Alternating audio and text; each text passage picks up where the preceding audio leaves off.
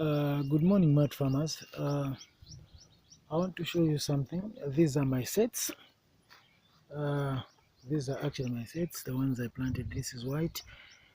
Uh, as you can see, I covered with the grass. The reason is very simple. I've got a lot of chickens around, so they kept on uprooting them.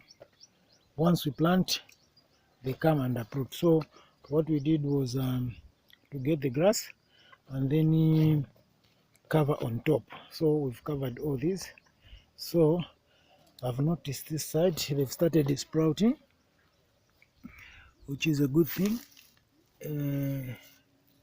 I've seen they are sprouting. Which one? Yeah, as you can see, this one has sprouted, and then there's also this one which has actually sprouted. Okay, so this one has equally sprouted. As you can see, this one has sprouted as well. So what we are going to do is this one looks a little bit rotten, but as long as it has sprouted, there's no problem. All these are sprouting.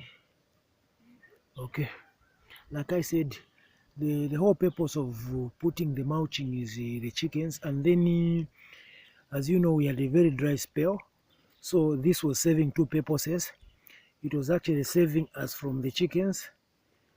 They were actually scratching, and then the other purpose was it keeps the moisture content in the soils because it was very dry. So this came in very handy. It was so dry such that all my potatoes got destroyed. I don't think I have potatoes, and then the germination percent of everything we've planted is actually very bad. My soybeans, it's actually below 50%. The sprouting percentage for the potatoes is usually less than 10%. So the only crop which I've seen sprouting is the same onion. I don't know, maybe it's because we had put this grass on top, or it's just lucky.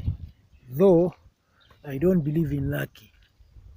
So I think it's just basically because of the things we put on top. Like I always say, I love experimenting. It's the first time I'm actually trying this method, but it seems to be working very well. It seems to be working very well, especially when you've got a dry spell like this one. So since now they've sprouted, so now we'll give them even 4 days. I think by weekend we'll come with our D fertilizer, and then we'll actually apply. This has also sprouted. It's sprouted. So this is nice. So I think maybe tomorrow or the other day we might remove the first beds, the ones we started with. We might remove the grass, the mulching, so that these things can have access to light. Yes, and then I know by then the chickens won't be able to scratch them off.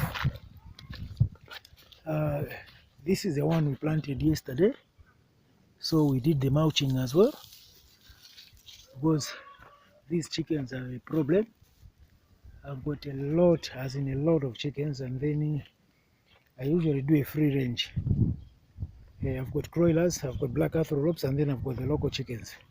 So I usually do the free range.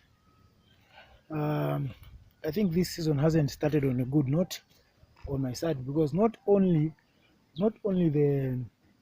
the crops are failing me, even the chickens, because every day, it's just today that I've noticed I haven't recorded any mortalities.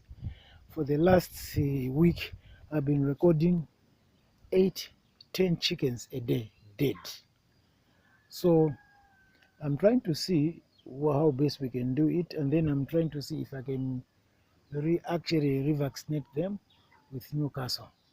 Okay, And then, by the way, I also keep those things, the doves. I keep the nkunda, the pigeons. I keep them as well. So that's that about these things. These I planted them the other day, but as you can see, I think this hasn't done me well. This, I think this, but it was actually the roots were actually coming out. You see, because sometimes it looks rotten on top, but look here, there's this root here. You see the root? I think it can still sprout. I'll put it back. And then this was actually put by a chicken. You can see those roots, they're actually coming out as well. It was actually put by the chickens. These were put the other day. These were put the other day, but they were put, as you can see, this is what I was talking about. These are chickens that were putting all these things. So I'll just have to do this and then just put it there, and then I cover it like that. Then we are good. We are good to go. Let me also check here. Okay, they're coming out nicely. They're coming out nicely. I know these were done the other day, but let's see if we can uproot this one. Let's see what's happening behind the, okay, we've also got some roots there, so which means we are actually on course. When doing these sets, you don't actually bury everything. You leave out the top part where you cut. This one is so quick. This one is so quick. It has already started sprouting. So I think this is the time now I need to start organizing myself in as far as fertilizer is concerned.